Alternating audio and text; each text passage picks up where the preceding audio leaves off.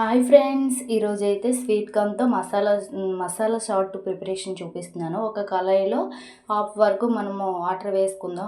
Next అందులోనే మనం ముందుగా కార్న్ నుండి పిక్కల్ని ఒలిసి పెట్టుకుంటాం కదా, అవి కూడా వేసిద్దాం. ఇవి బాగా ఉడకాలి. ఒక 15 మినిట్స్ వరకు బాయిల్ చేయాలి. అందులోనే హాఫ్ స్పూన్ వరకు సాల్ట్ వేసుకుని 15 మినిట్స్ మూత పెడితే చూడండి బాగా బాయిల్ అయ్యేవి.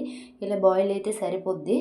ఇవి మనం ఒక ప్లేట్లోకి తీసుకుందాం. మొత్తం అన్నీ చూడండి ఒక ప్లేట్లోకి తీసుకున్న తర్వాత నెక్స్ట్ ప్రిపరేషన్ మీకు చూపిస్తాను. చూడండి మొత్తం అన్నీ వాటర్ అంతా బాగా ఇంకే విధంగా పిక్కలన్నీ వాటర్ నుండి సపరేట్ చేద్దాము. మొత్తం ప్లీజ్ లైక్ చేయండి. మన వీడియో చూస్తూ ఉన్నారు కానీ ఎవరు లైక్ చేయట్లేదు, సబ్స్క్రైబ్ చేయట్లేదు. మీ సబ్స్క్రైబ్ చేయటం వల్ల ఇంకొంతమందికి రీచ్ అవుతుంది వీడియోస్ అనేది.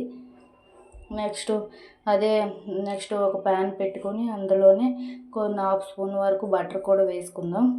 నెక్స్ట్ మనం అన్నీ ఉడకపెట్టుకున్నాం కదా స్వీట్ కార్న్స్, అవి కూడా వేసిద్దాం. అందులో కొంచెం లైట్ ఫ్రై అయితే సరిపోద్ది, ఎక్కువేం ఫ్రై అవసరం లేదు.